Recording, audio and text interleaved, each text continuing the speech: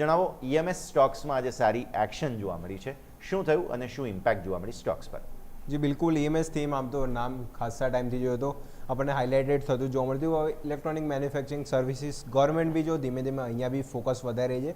અને જે પણ એ ચાઇના પર પહેલાં ડિપેન્ડન્સી હતી, હવે જે ઘટતી જઈ રહી છે, જે ઈએમએસ હબ હવે ઇન્ડિયા જે બનાવવા બની રહ્યું છે, અને જે એમાં ટાઇટલ છે મેડ ઇન ઇન્ડિયા આવેલ, કોઈ બી ઇલેક્ટ્રોનિક અને જે કન્ઝ્યુમર ડ્યુરેબલ રિલેટેડ કંપની જે મેન્યુફેક્ચરિંગ પાર્ટ્સ ને બધું જો આપણને ઇન્ડિયામાં જ થતું જોવા મળ્યું હતું. અને એના લીધે જો ઈએમએસનો ગ્રોથ આપણને જો ખાસ તો આપણને પાસ આપણને જોઈશું તો ત્યાં બી જોવા મળ્યું હતું, અને આગળના આવનારા વર્ષમાં બી જો ઈએમએસ થીમ જોવા મળી હતી. અને આજે બી જે પણ સમાચાર આવે કે સરકારે જે ઈએમએસ કંપનીને મોટી રાહત આપી, જેમાં ઈએમએસ જે બેટરી અને રો મટીરિયલ ઇમ્પોર્ટ જે ડ્યુટી જે સીધી હટાવી દીધી છે. એટલે જે ઈએમએસ જે ખાસ કરીને આ બધી કંપનીમાં જે રો મટીરિયલ ઉપયોગ થાય છે એની જે અત્યાર સુધી જે ડ્યુટી લાગતી હતી, જે આપણને જોઈશું 2029 સુધી અત્યાર સુધી ઝીરો કરી દેવામાં આવી છે. એટલે સીધો બેનિફિટ છે કે બધી જ ઈએમએસ કંપનીને જોવા મળ્યો.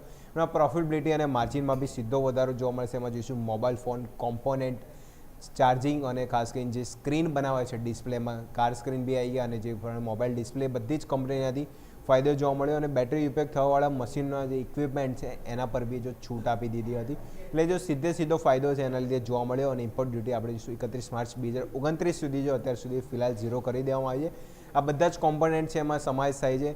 અમુક કોમ્પોનેન્ટ્સ એવા છે જેમાં જોઈશું તો ટીવી, સ્માર્ટ વોચ અને જે ડિસ્પ્લે છે ખાસ કરીને એ અહીંયા જોઈશું તો એને છૂટ નથી આપવામાં આવી. બાકી જોઈશું વાયરલેસ ચાર્જિંગ મોડ્યુલ છે તેમાં બી જો તો ડ્યુટી હટાડીને ઝીરો કરી દીધી છે. મટીરિયલ્સ ઇમ્પોર્ટ ડ્યુટી બી જો હટાવી દેવામાં આવી છે, અને તેનાથી કંપનીના રો મટીરિયલ્સ સસ્તા ભાવે થશે. ઇનપુટ કોસ્ટ કંઈ ને કંઈ કંપનીનો મેનેજ થઈ રહેશે, અને કંપનીના માર્જિન અને પ્રોફિટેબિલિટી માટે બી જો અહીંયાથી સારો ગ્રોથ જોવા મળી શકે છે. પ્રોડક્શન કોસ્ટ બી જો સીધો જ અહીંયાથી ઘટી જાય છે, કારણ કે જો ઇમ્પોર્ટ ડ્યુટી અહીંયા ક્યાં ને ક્યાં ઓછી લાગે છે તો પ્રોડક્શન કોસ્ટમાં બી અહીંયા ચાન્સીસ છે કે વધી શકે છે. ઓપરેટિંગ માર્જિન પણ અહીંયાથી સારો વધશે. અને ઈએમએસ ઓવરઓલ સેક્ટર માટે જો, કારણ કે અત્યાર સુધી આપણે જોઈશું તો બહારના દેશોથી જે ઇમ્પોર્ટ કરતા હતા તેના લીધે બી એક સારો બેનિફિટ રેશિયો બધી જ ઇન્ડિયન ઈએમએસ કંપનીને જોવા મળશે. તો આગળના વર્ષ માટે બી પોઝિટિવ આઉટલુક છે. ને ઈએમએસ સેક્ટર જે આગળના વર્ષમાં જોઈએ તો 27-28% CAGR ગ્રોથ માની રહ્યા છે કે અહીંયાથી જુઓ તો અંદાજિત આપણને CAGR ગ્રોથથી અહીંયાથી ગ્રોથ બતાવી શકે છે ઈએમએસ પેક્ટ. અને ગ્લોબલ બ્રાન્ડ્સ બી જો ધીમે ધીમે જોઈશું તો ચાઇના પછી જો ભારત તરફ વળ્યા છે, કારણ કે સસ્તા ભાવે અને મેન્યુફેક્ચરિંગમાં આપણને જો ઈએમએસ હવે જે પણ આપણે ઇન્ડિયા આપી રહી છે એને લીધે ડિમાન્ડ બી વધી રહી છે. જે ફ્યુચર આઉટલુક લઈને જે ઓર્ડર બુક બી છે એ બી કંપનીમાંથી વધારે મજબૂત જોવા મળે છે.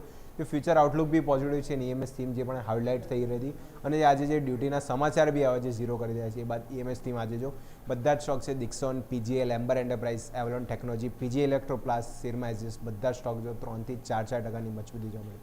યસ, બિલકુલ. તો આ એક્શન અત્યારે ફિલહાલ ઈએમએસ સ્ટોક્સમાં જોવા મળી રહ્યું છે. આભાર અજય આપનો અમારા સાથે જોડાવા માટે થઈને.